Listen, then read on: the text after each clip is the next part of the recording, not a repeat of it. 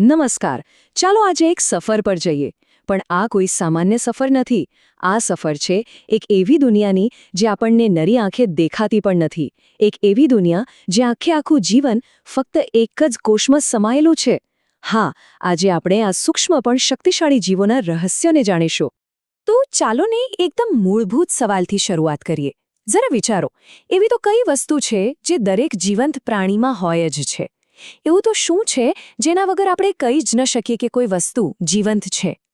જીવનની આખી ઇમારત એ કયા પાયા પર ટકેલી છે? અને એનો જવાબ છે કોષ. હા, સેલ.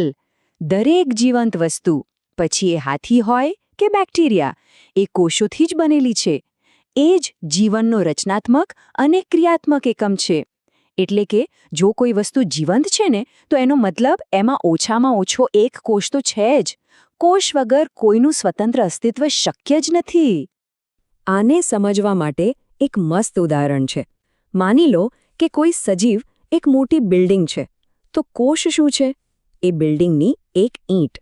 જેમ હજારો ઈંટો ભેગી થઈને એક આખી ઇમારત બનાવે, બસ એ જ રીતે અબજો કોષો ભેગા મળીને આપણું શરીર બનાવે છે. પણ આજે આપણે એવી ઇમારતોની વાત કરવાના છીએ જે માત્ર એક જ ઈંટની બનેલી છે.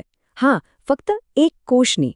તો આ એક કોષીય દુનિયાને સમજવા માટે ચાલો આપણે આપણા આજના હીરોને મળીએ, અને એ છે અમીબા. આ નાનકડો જીવ આપણો ગાઈડ બનશે અને બતાવશે કે કેવી રીતે એક જ કોષમાં જીવનની બધી જ જાદુઈ પ્રક્રિયાઓ થાય છે.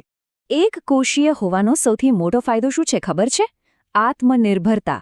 એક જ કોષ એ જ ખાય છે, એ જ શ્વાસ લે છે, એ જ કચરો બહાર કાઢે છે અને એ જ પ્રજનન પણ કરી લે છે. બધું જ એકલા હાથે.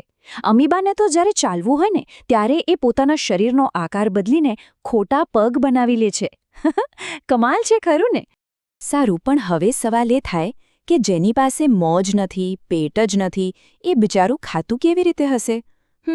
ચાલો જોઈએ કે અમીબા પોતાનું લંચ કેવી રીતે કરે છે. જુઓ, આ પ્રક્રિયા ખરેખર જોરદાર છે. જેવો અમીબાને કોઈ ખાવાનો કણ દેખાય ને, એટલે તરત જ એ પોતાના શરીરને એની આસપાસ ફેલાવી દે છે, પેલા ખોટા પગ વડે. અને પછી એ ખોરાકને ચારે બાજુથી ઘેરીને પોતાના શરીરની અંદર એક કોથળી જેવી રચનામાં કેદ કરી લે છે. આ કોથળીને અન્નધાની કહેવાય. બસ પછી તો એની અંદર જ પાચન થઈ જાય અને જે પણ નકામો કચરો હોય એ કોષમાંથી સીધો બહાર. આખી ડાયજેસ્શન સિસ્ટમ એક જ કોષમાં. શું વાત છે! ચાલો, ખાવા પીવાની વાત તો પતી, પણ જીવનચક્ર આગળ પણ તો ચાલવું જોઈએ ને, એટલે કે પ્રજનન. તો હવે જોઈએ કે આ અમીબા પોતાનો પરિવાર કેવી રીતે આગળ વધારે છે. અમીબાનું પ્રજનન એકદમ સીધું અને સરળ છે. એ અલિંગી પ્રજનન કરે છે. મતલબ કે એને કોઈ પાર્ટનરની જરૂર નથી. જ્યારે મોટું અને પરિપક્વ થઈ જાય ત્યારે બસ વચ્ચેથી પોતાના 2 ટુકડા કરી લે છે. આ પ્રક્રિયાને દ્વિભાજન કહેવાય. અને બસ થઈ ગયા, એકમાંથી 2 નવા અમીબા તૈયાર. કેટલી સ્માર્ટ અને ફાસ્ટ રીત છે, નહીં? અને અહીં જ આપણને એક કોષીય અને આપણા જેવા બહુકોષીય જીવો વચ્ચેનો એક મોટો ફરક જોવા મળે છે.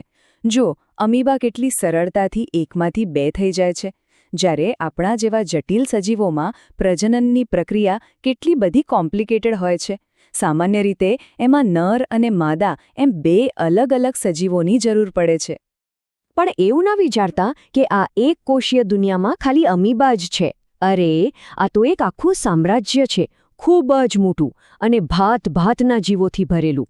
તો ચાલો આ યુનિક દુનિયાના બીજા કેટલાક રસપ્રદ મેમ્બર્સને પણ મળીએ. આ લિસ્ટ પર એક નજર તો કરો. આમાં બેક્ટેરિયા છે, જે પૃથ્વી પરના સૌથી જૂના જીવોમાંથી એક છે.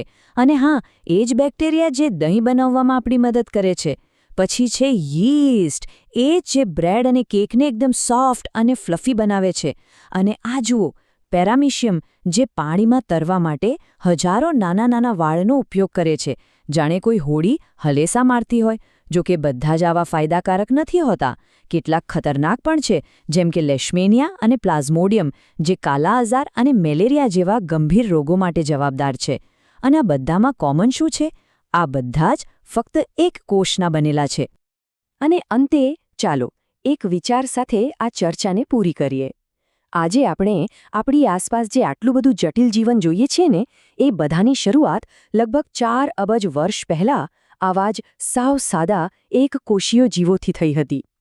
જીવનનું આ સૌથી પ્રાચીન સ્વરૂપ આજે પણ આપણી આસપાસ છે, આપણી અંદર છે, બધે જ છે. તો હવે પછી જ્યારે પણ સૂક્ષ્મજીવોનો વિચાર આવે ત્યારે એ ચોક્કસ યાદ રાખજો કે આપણે કદાચ પૃથ્વી પરના આપણા સૌથી જૂના પૂર્વજોને યાદ કરી રહ્યા છીએ.